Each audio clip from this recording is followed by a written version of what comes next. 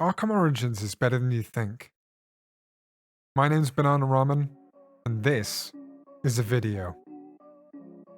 If you know me, you'll be aware how much of a Batman fan I am.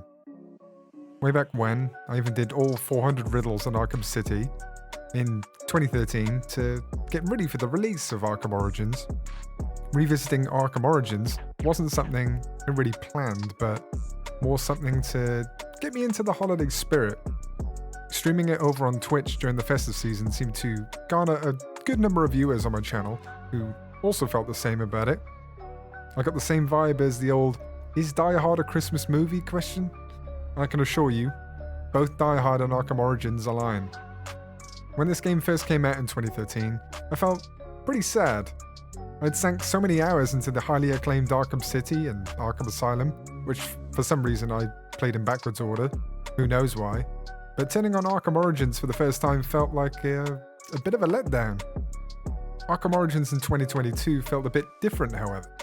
I've grown and matured to the replacement of Kevin Conroy, the beloved voice actor of the original animated series and the voice of Asylum, City, the later Arkham Knight, and various other games had lost its sting. After I got over the initial hurdles of playing a last generation game on new generation hardware, suffering various crashes with Steam that I eventually realized was the Steam overlay, I started to feel a bit more excited about Arkham Origins. Making a comparison between the setting and atmosphere, I started to feel like the best parts of the game were a lot more subtle. Over the years of working and going through various life experiences, I've got a fetish for the grittier, darker themed Batman movies, games, comics, and mugs. I read The Killing Joke and had a small obsession with The Dark Knight Returns, not The Dark Knight Rises, and I found myself being called away from the softer hero themes of the animated series and empathizing with the character's darker side. Arkham Origins grits its teeth from the beginning. For starters, it's set on Christmas Eve, and takes it through to Christmas Day over the course of the story, and contains themes of near loss, carelessness, vengeance, and getting the job done. It speaks of Batman's origin as a careless vigilante out to rid himself of his pain by inflicting it on others. A theme that you'll find is common in Batman Year 1 and more recently can be seen in the trailers for The Batman.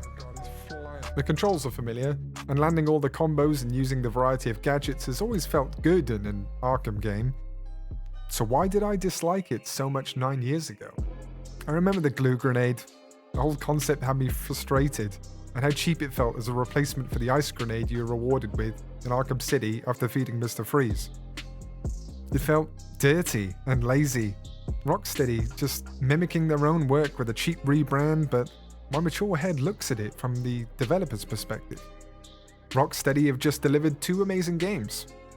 Gamers and their grandmothers are raving about the incredible mechanics, the look and the feel, so what's the obvious set of feelings and decisions there? I would suspect Rocksteady, as a game creator, felt a high level of pressure that when faced with a highly critical public and an influential number of opinions circulating online, they wanted to deliver a similar experience and just build on the story and atmosphere. It included some additional mechanics to freshen it up a bit, and added a multiplayer aspect to try and garner interest from people who wanted to share that experience with their friends. What happened was the single-player story-loving gamer felt cheapened by a copy and paste of gameplay look and feel with arguably a smaller world compared to Arkham City, cheaper challenges, and a shorter story that, felt short. I mean, they did add a multiplayer mode, which I remember playing in 2013 and thinking, I just think it's neat. But that was it. It was neat. With only 4 multiplayer maps, the game quickly got stale, and all the interesting 3v3v2 that pit Joker and Bane's goons against the cooperative Batman and Robin, it just didn't do enough to keep players' attention. Sloppy gunplay that just felt dull and flipped from any other Unreal game at the time, a common practice even in today's standards. But playing the game in 2022 at Christmas had a different feeling overall. Now, I've tried playing Arkham City again, but it's actually something that curbed my interest when I booted it up last year. City felt dated and quite, can't believe I'm saying this, but dirty.